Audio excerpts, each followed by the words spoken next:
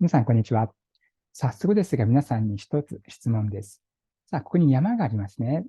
この山の登り方、どういう方法がありますか？いくつかお考えになってください。答え合わせはね、この動画の中で行っていきます。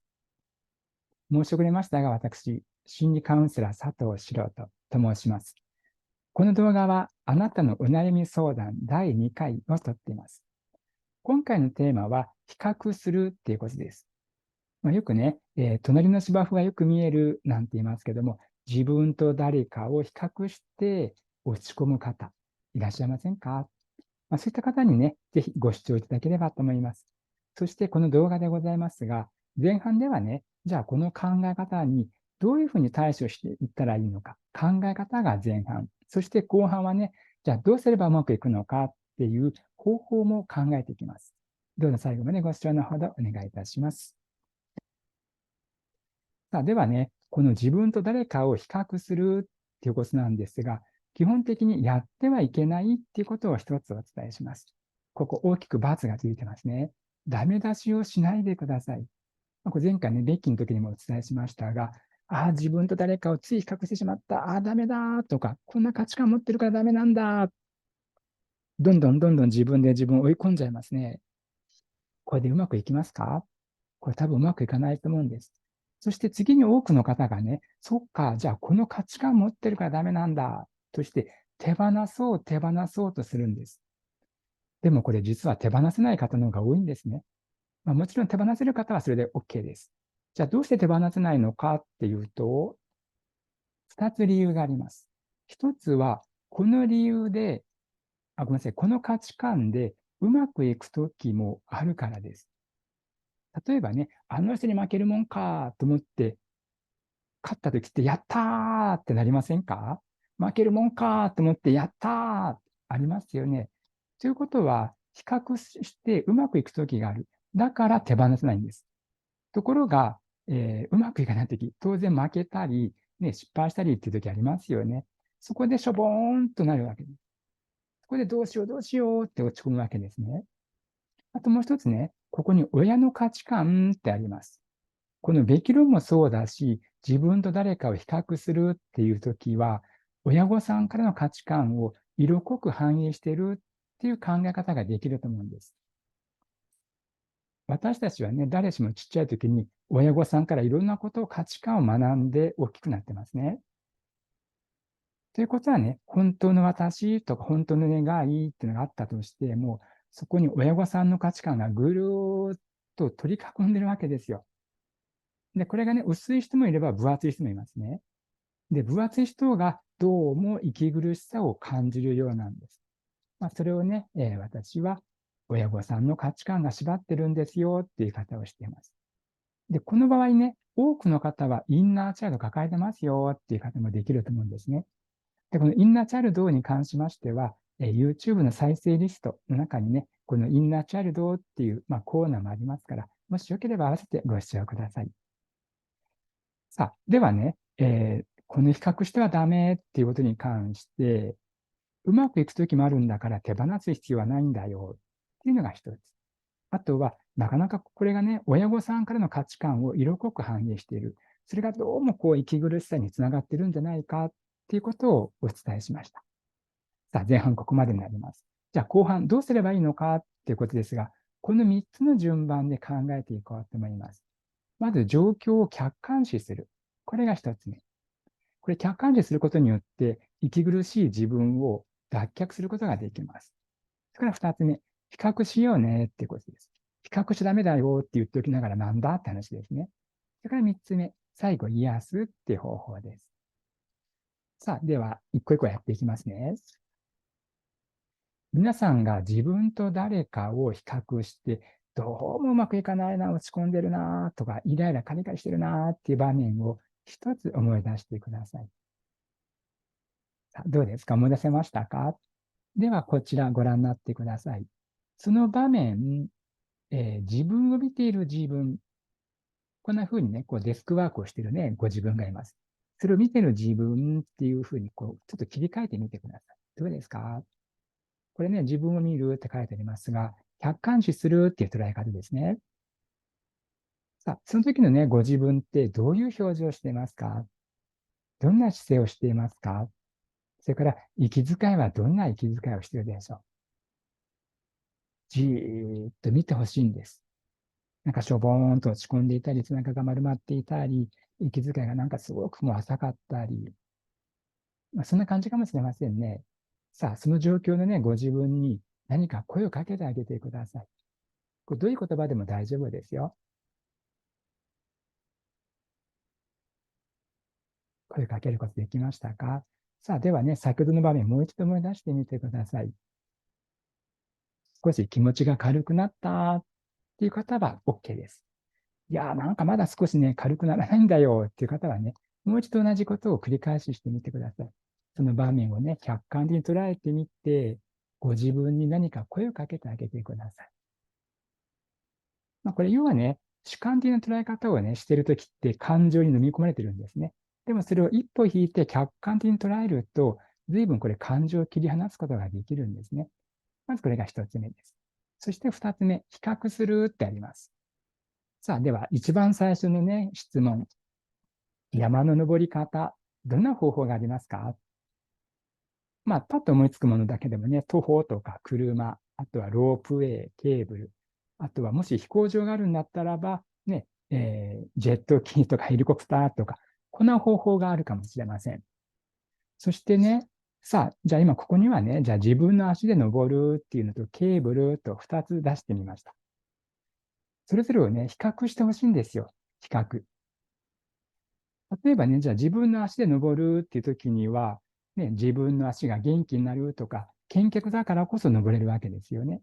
じゃあケーブルの時はどうかっていうと、どういう状態でも登ることはできます。でも自分の足を健脚を維持できるかっていうと、ケーブルではなかなか難しいかもしれません。そして自分の足で登る場合、どうしたってこれ、長時間かかりますよね。ケーブルの場合は時短ができます。ただ自分の足で登る場合は、自分のペース、マイペースで登ることができます。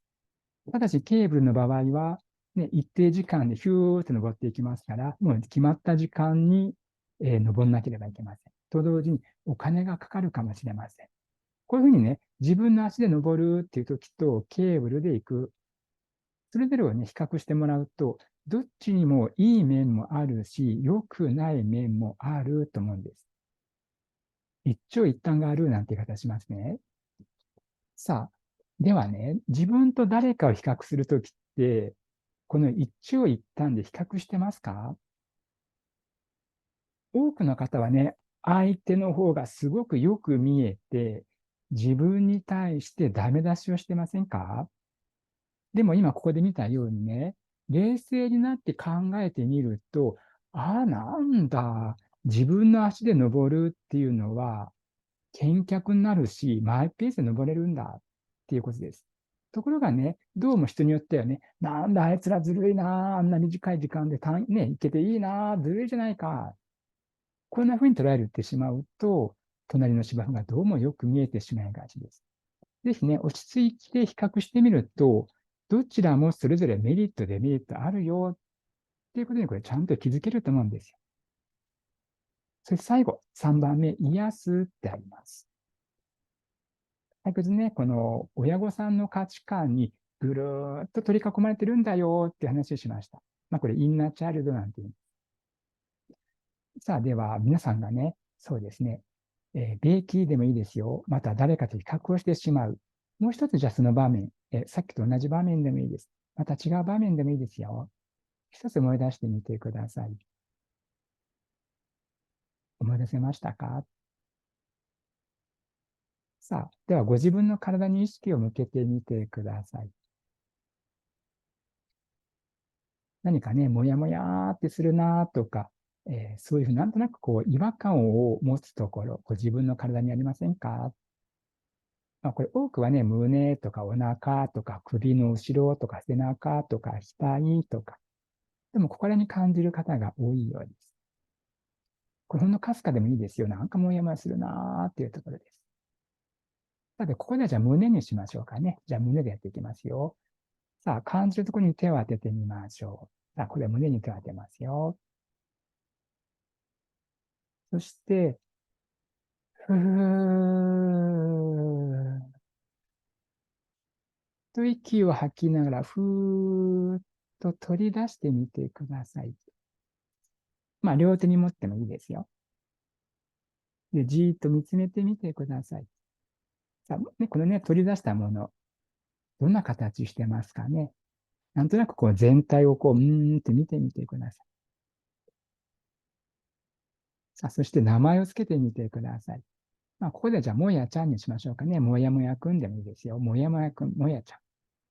さあ、じゃあ、そのね、もやちゃん、大きさはどれぐらいの大きさですか？さあ、いくつか質問しますね。大きさはどんな感じですか？重さはどれぐらいの重みですか？色はどういう色をしていますか？形はどんな形していますか？ね、ゴツゴツしてますかとか、あとはそうですね、傷とかへこみとかありますか？これが最後です。手に触れた感触はどんな感触をしますか？さあ、ではね、今、こうじーっと見ていただきました。さあ、じゃあこのね、もやちゃんにこう耳を当てて、声を聞いてあげてください。多分このもやちゃん何かね、言いたいこととか分かってほしいことってあると思うんですよ。